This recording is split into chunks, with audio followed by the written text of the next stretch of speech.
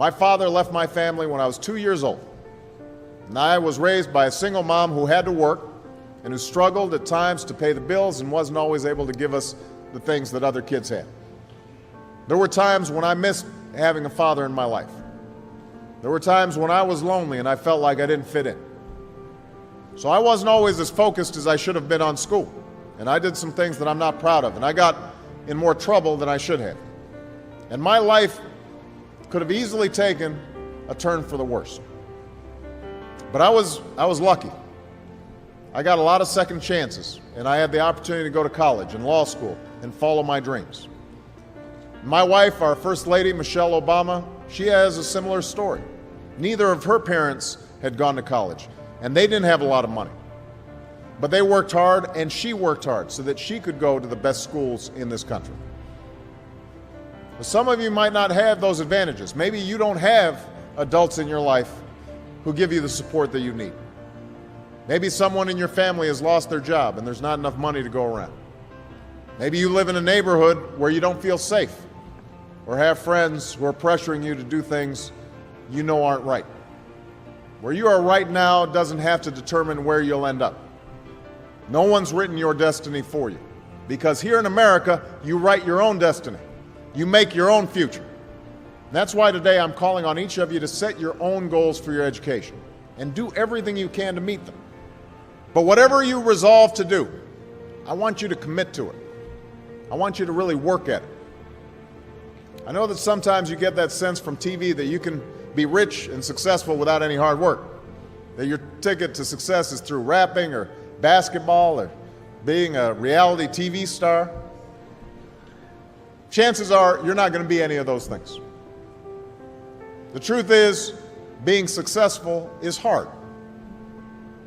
You won't love every subject that you study. You won't click with every teacher that you have. Not every homework assignment will seem completely relevant to your life right at this minute. And you won't necessarily succeed at everything the first time you try. That's okay. Some of the most successful people in the world are the ones who've had the most failures. J.K. Rowling, who wrote Harry Potter, her first Harry Potter book was rejected 12 times before it was finally published. Michael Jordan was cut from his high school basketball team. He lost hundreds of games and missed thousands of shots during his career, but he once said, "I have failed over and over and over again in my life, and that's why I succeed." These people succeeded because they understood that you can't let your failures define you. You have to let your failures teach you. You have to let them show you what to do differently the next time. So if you get into trouble, that doesn't mean you're a troublemaker. It means you need to try harder to act right. If you get a bad grade, that doesn't mean you're stupid. It just means you need to spend more time studying.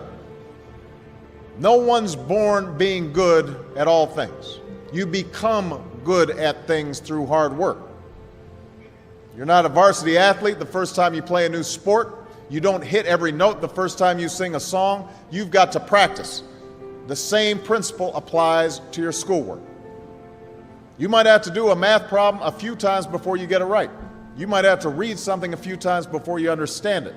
You definitely have to do a few drafts of a paper before it's good enough to hand in. Don't be afraid to ask questions. Don't be afraid to ask for help when you need it. I do that every day.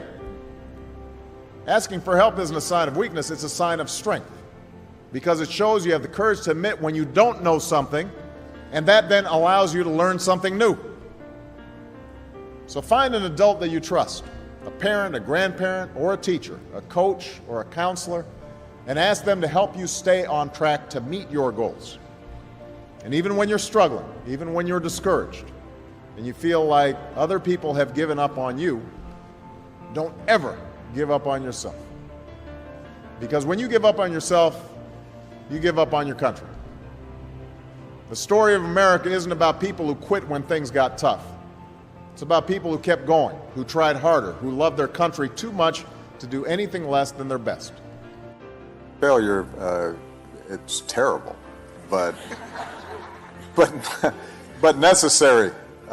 If you are going to try something hard, if you're putting yourself out there in some way, there are going to be times where you screw up or you don't succeed. And I think that the most important thing is to learn from those failures and to have a sense of resilience and be able to examine what is it that I did not succeed at, why didn't I succeed, and what do I need to do better. When I talk to young people, I always tell them, worry less about what you want to be and worry more about what you want to do. We know that too many young men in our community continue to make bad choices. And I have to say, growing up, I made quite a few myself. Sometimes I wrote off my own failings as just another example of the world trying to keep a black man down. I had a tendency sometimes to make excuses for me not doing the right thing. But one of the things that all of you have learned over the last 4 years is there's no longer any room for excuses. Excuses are tools of the incompetent used to build bridges to nowhere and monuments of nothingness. Well, we've got no time for excuses. You have to remember that whatever you've gone through, it pales in comparison to the hardships previous generations endured, and they overcame them. And if they overcame them, you can overcome them too. Spirit of excellence and hard work and dedication and no excuses is needed now more than ever. If you think you can just get over in this economy just because you have a Morehouse degree, you're in for a rude awakening. But if you stay hungry, if you keep hustling, if you keep on your grind and get other folks to do the same, nobody can stop you. And when I talk about pursuing excellence and setting an example, I'm not just talking about in your professional life. Be the best husband to your wife. Be the best father you can be to your children. Because nothing's more important. I was raised by a heroic single mom, wonderful grandparents, made incredible sacrifices for me. And I know there are moms and grandparents here today who did the same thing for all of you. But I sure wish I had had a father who was not only present, but involved. Didn't know my dad. And so my whole life, I've tried to be for Michelle and my girls what my father was not for my mother and me. I want to break that cycle where a father's not at home, where a father's not helping to raise that son or daughter. I want to be a better father, a better husband, a better man. It's hard work that demands your constant attention and frequent sacrifice. And I promise you, Michelle will tell you I'm not perfect. She's got a long list of my imperfections. Even now, I'm still practicing, I'm still learning, still getting corrected in terms of how to be a fine husband and a good father. But I will tell you this, everything else is unfulfilled if we fail at family, if we fail at that responsibility. I know that when I am on my deathbed someday, I will not be thinking about any particular legislation I passed. I will not be thinking about a policy I promoted. I will not be thinking about the speech I gave. I will not be thinking about the Nobel Prize I received. I will be thinking about that walk I took with my daughters. I'll be thinking about a lazy afternoon with my wife. I'll be thinking about sitting around the dinner table and seeing them happy and healthy and knowing that they were loved. And I'll be thinking about whether I did right by all of them. So be a good role model. Set a good example for that young brother coming up. If you know somebody who's not on point, go back and bring that brother along. Those who've been left behind, who haven't had the same opportunities as we have, they need to hear from you. You've got to be engaged on the barber shop, on the basketball court, at church.